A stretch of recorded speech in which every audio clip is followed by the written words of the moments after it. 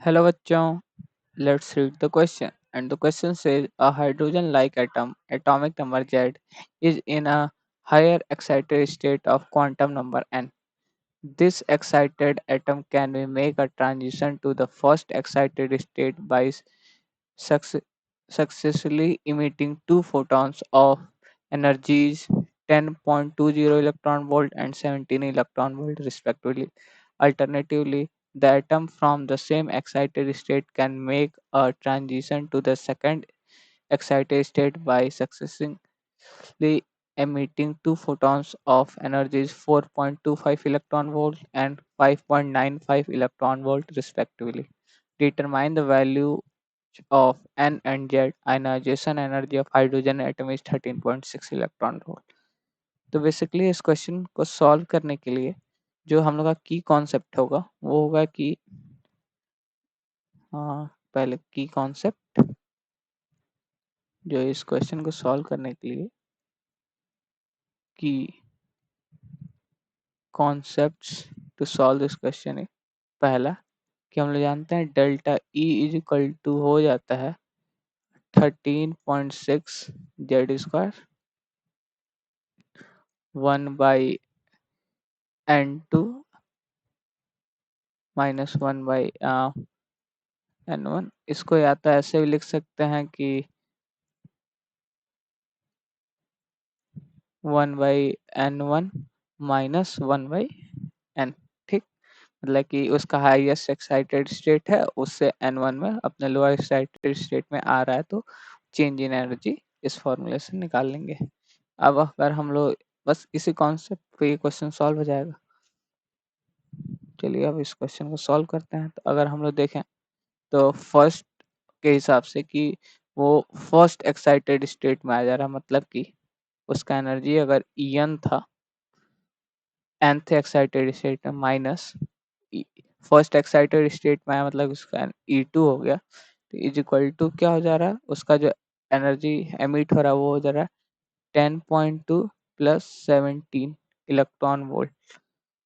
Electron volt लिख लेते हैं तो ये कितना हो जा रहा है हम लोग पास 27.2 सॉरी 27.2 इलेक्ट्रॉन वोल्ट। ठीक, तो ये हो जा रहा है हमारे पास 27.2 इलेक्ट्रॉन वोल्ट। ठीक, इसको इक्वेशन हम लोग वन सपोज कर लेंगे। ठीक, उसी तरीके से वो आ रहा है एटम सेकंड एक्साइटेड स्टेट मतलब कि En minus E3 is equal to जो एनर्जी इमिट कर रहा है वो 4.25 प्लस 5.95 इलेक्ट्रॉन वोल्ट। तो यहाँ से क्या जा रहा है हम लोग पास कितना हो जा रहा है 10.2 electron volt.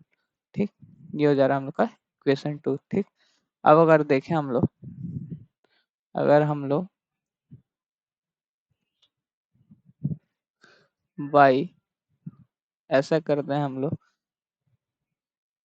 Equation 1 minus equation 2 अगर ये हम लोग कर दें तो क्या हो जाएगा, we get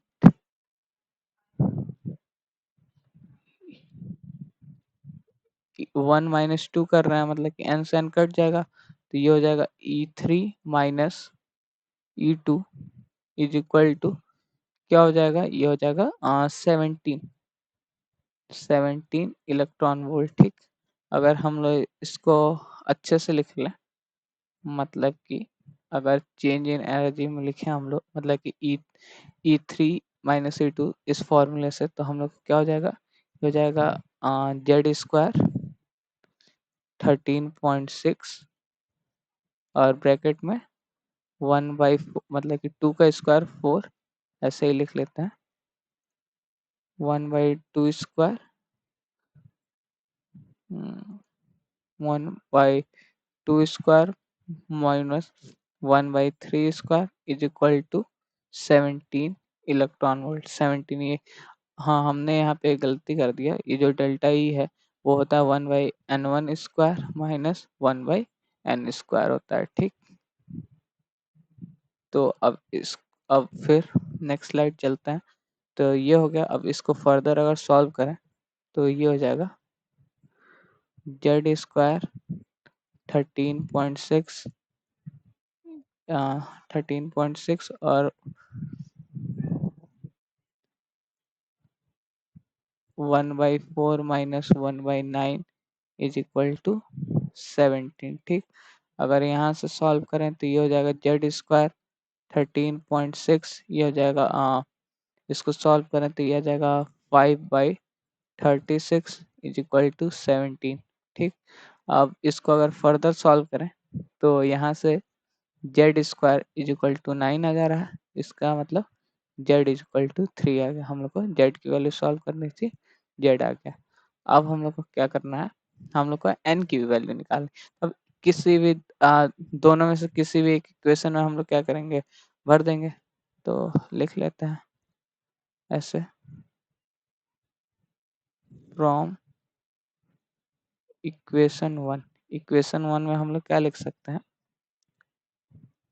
Z square equation one के लिए लिखें तो जेड स्क्वायर ये हो जाएगा 13.6। ठीक, उसके बाद हो जाएगा 1/4 माइनस 1/n इस, मतलब कि nth से आ रहा है तो 1/4 minus 1/n square is equal to, हम लोग को पता है 27.2। ठीक, अब put the value of Z, तो जेड हम लोग का 3 आ चुका है, 3 का स्क्वायर ही हो जाएगा 9, 13.6। ठीक, अब यहाँ से देखें तो ये क्या हो जा रहा है, 1/4 minus 1/n square is equal to 27.2। और देखें तो यहाँ से 1/4 माइनस 1/n स्क्वायर अगर 9 से डिवाइड करें और 13.6 से तो ये हो जाएगा 0.222 के लगभग। ठीक, तो यहाँ से देखें तो 1/4 minus 1/n square is equal to 0.222। तो यहाँ से देखें अगर हम लोग तो एन यहाँ से right at N square is equal to आ जाएगा हम लोग के पास 36। तो यहाँ से हम लोग के पास एन के आगे 6। ठीक, हम लोग से यही जेड और एन की वैल्यू पूछा था। ठीक, तो अब हम लोग इकट्ठे लिख लेते हैं। So the final answer is Z is equal to 3, Z is equal to 3 and N is equal to 6। ठीक, यही हम लोग से पूछा गया था। So the final answer are Z is equal to 3 and N is equal to 6. Hope you understand it well. All the best. Thank you.